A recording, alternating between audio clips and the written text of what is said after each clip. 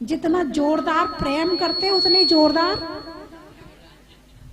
झगड़ा भी बहुत जोरदार होता है, क्योंकि जिसपे जितना ज्यादा अधिकार उतना ज्यादा गुस्सा। पति सबसे ज्यादा गुस्सा किस पे करता है? देखो पत्नी सारी बोल रही है, सुन लो भाई, मैंने नहीं कहा, इन्होंने कहा है। और पत्नी सबसे ज्यादा गुस्सा किस पर करती है? इन्होंने कहा, मैंने नहीं कहा है। जहां मोह अधिक होगा वहां क्रोध अधिक होगा, और जहां मोह कम होगा वहां क्रोध भी कम होगा। तो इस तरह से आप अपने क्रोध को कम करें तो विवेक पूर्वक कर सकते हैं, अपने आप को शांत करके कर सकते हैं। हम सबको बहुत समझाते हैं, ऐसे नहीं करना चाहिए। तुम्हारा छोटा सा बच्चा गुस्सा करे, क्या कहते हो बच्चों से? बच्चों से क्या कहते हो आप? बोलिए ना, बेटे गुस्सा नहीं करते। और जब तुम गुस्सा करो फिर बच्चा कहे तो कैसा लगे फिर? हैं? बहुत सी माताएं आती हैं अपने छोटे छोटे बच्चों को लेकर के, माता जी बहुत गुस्सा करता है, इतना सा है बहुत गुस्सा करता है। मैंने उनसे पूछा धीरे से, आप गुस्सा करती हो? माता जी मुझे भी बहुत गुस्सा आता है। जिसकी जड़ खोखली होगी तो पौधा क्या हरा होगा, और खोट जब सोने में होगी तो कंगन क्या खरा होगा। जिसकी जड़ खोखली होगी तो पौधा क्या हरा होगा, और खोट जब सोने में होगी तो कंगन क्या खरा होगा। एमपी में एक कहावत कही जाती है, जाके जैसे नदी नवारे बाके वैसे ही भरका, और जाके जैसे बाप मतारी वैसे ही वाके लड़का।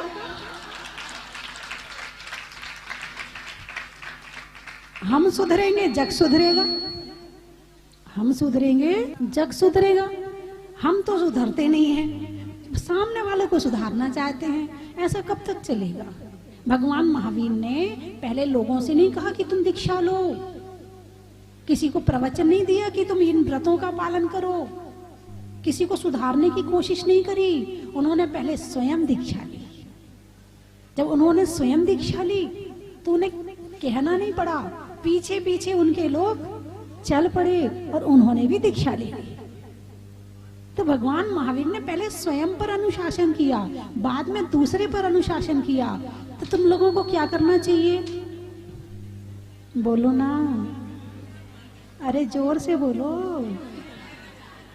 तो आज से गुस्से का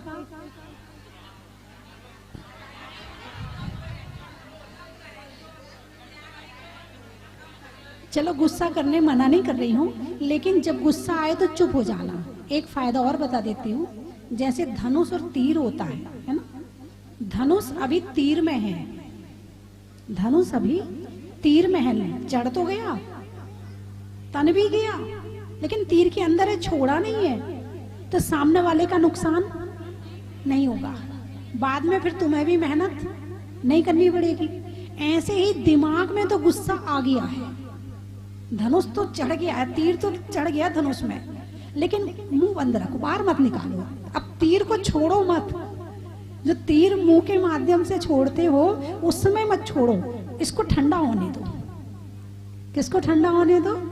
दिमाग को ठंडा होने दो, और ठंडा होने के बाद में वही बात कही जाएगी तो बुरी नहीं लगेगी, है ना?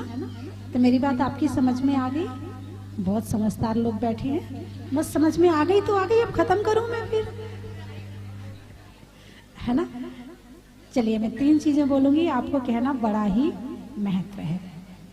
चलने में पात का, मित्रों में साथ का, तीर्थंकरों में मुनि सुब्रत नाथ का, पंखा में झलने का, बच्चों में पलने का, भगवान के जमीन से निकलने का, हिंदी में मात्रा का, स्कूल में छात्रा का, आज आपकी जहाजपुर की यात्रा का, गुरुओं के आशीर्वाद का, होने में आवाज का और आने वालों में अहमदाबाद का, त्रियंचों में बिल्ली का, डंडा में गिल्ली का और आने वालों में दिल्ली का, महीनों में मई का, रजाई में रुई का और आने वालों में बंबई का,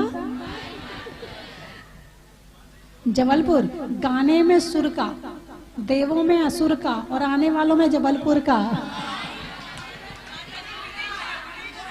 सोने के लिए निशा का, सोने के लिए निशा का, मिलने में अच्छी दिशा का और आने वालों में विदिशा का, करमाला गांव का नाम है। अच्छा, बहुत बढ़िया।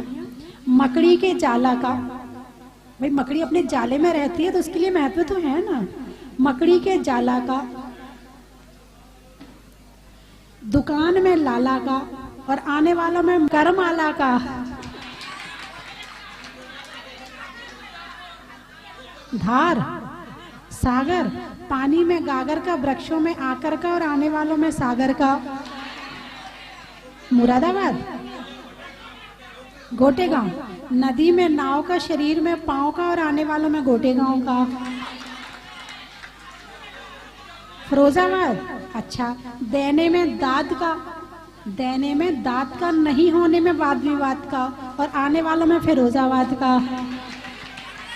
मंडला, मनुष्यों में कला का, करने में भला का, और आने वालों में मंडला का।